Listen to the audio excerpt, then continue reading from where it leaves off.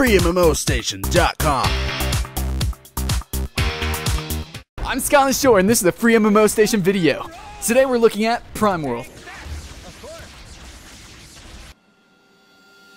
So this game is a mix between MOBA, RPG, and social strategy. And first impressions, this is freaking awesome. The concept of persistence outside of the normal MOBA gameplay is phenomenal to me, and the fact that they added in the RPG elements to the persistence creates more depth for the extended layers than I can properly really give credit for on my first impression review, guys. Prime World begins with the player, and they're introduced to the castle system. This is really unique. A player owns and operates a region of personal game space.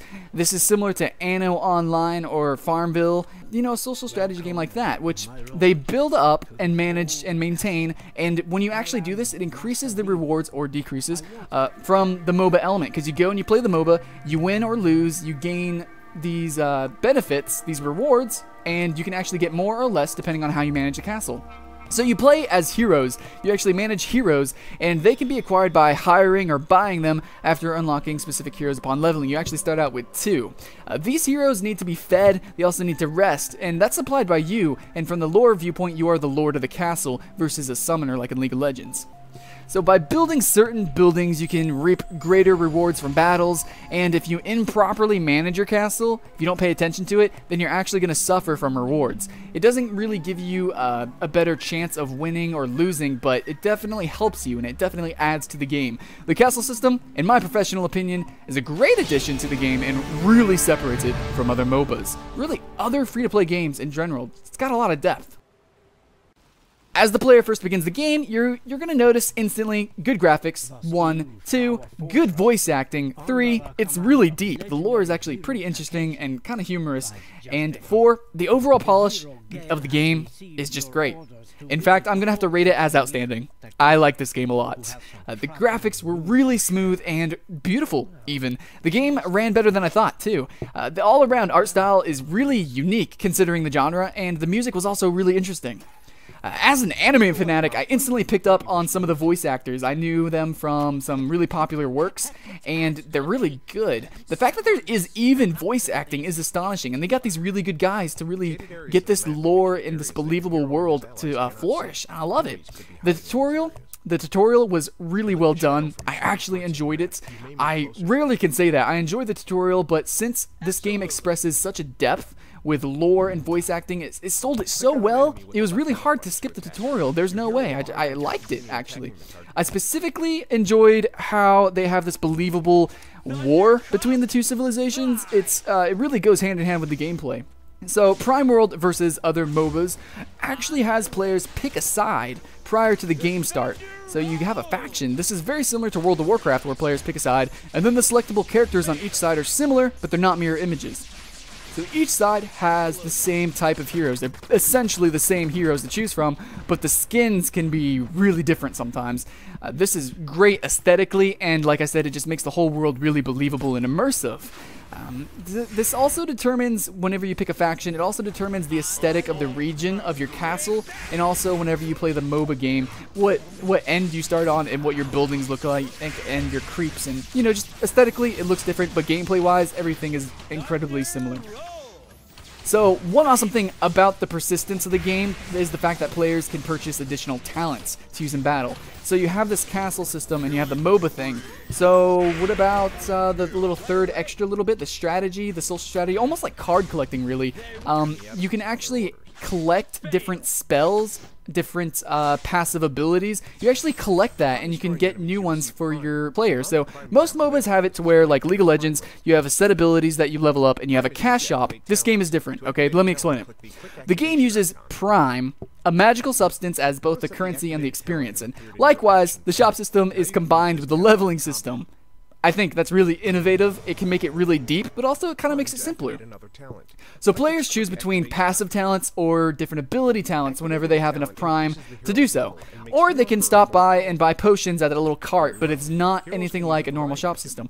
The game also features an auto-pick system, which it doesn't automatically upgrade it to you, but it automatically pops up and suggests it for you. But at any time you can go and choose and do the normal shopping. So it's really a nice in-between between Smite system and then the normal Dota Dota League of Legends system. It makes leveling really easy for newcomers, and it makes it really fast for experienced players because you can customize it. Let's see. Another interesting mechanic added to the game is the idea of territory. Alright, let's talk about this. Inside the lanes of Borderlands, the MOBA component of it, there are flag stands all up and down the lanes that hold and claim the territory of one side or the other. This is actually a pretty big tactical advantage or disadvantage, depending on what side you're on. So if your team holds the flag, then it's going to extend your territory to that flag.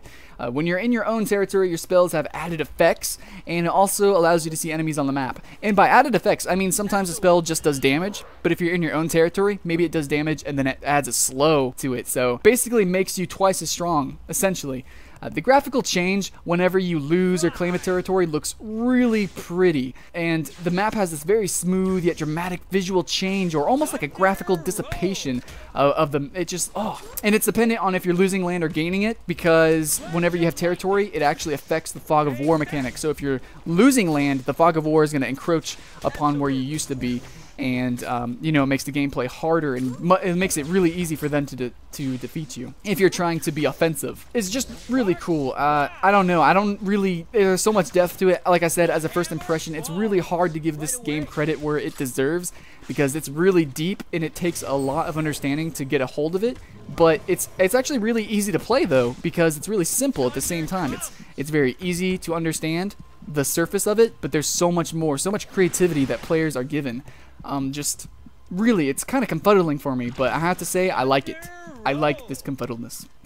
So the fact that the lore, the world itself is sold so well with the art, the music, the voice acting, and that the gameplay actually coincides with it at a very emotional level, I cannot see this game doing bad. Cannot see it doing poorly. It's going to do good. I think so. It is possible, though, that some competitive users, they might have a little bit of scuffle about some of the mechanics, but like I said, it's the first impression review. I haven't been playing it for months on end. I can't really say how competitive it is, but overall, I can say that the game is extremely enjoyable. Heart to heart, guys, I recommend it to absolutely everyone. I really hope the developers keep this game running and keep it adding on to it, because more than most games, more than most free-to-play, more than most MOBAs, I can see this game profiting very well with the gameplay mechanics that it has brought to the table of, like I said, MOBAs, or just free-to-plays in general. So if you're interested in this game, please, by all means, try it out. Look up videos. This game is really cool. But if you are interested in some just MOBAs in general, I have some really cool suggestions. If you want to check out Dragons and Titans, it's sort of almost like a shooter MOBA kind of thing, top-down shooter MOBA, really fast-paced. There's also Air Mech, which is a tower defense MOBA, kind of.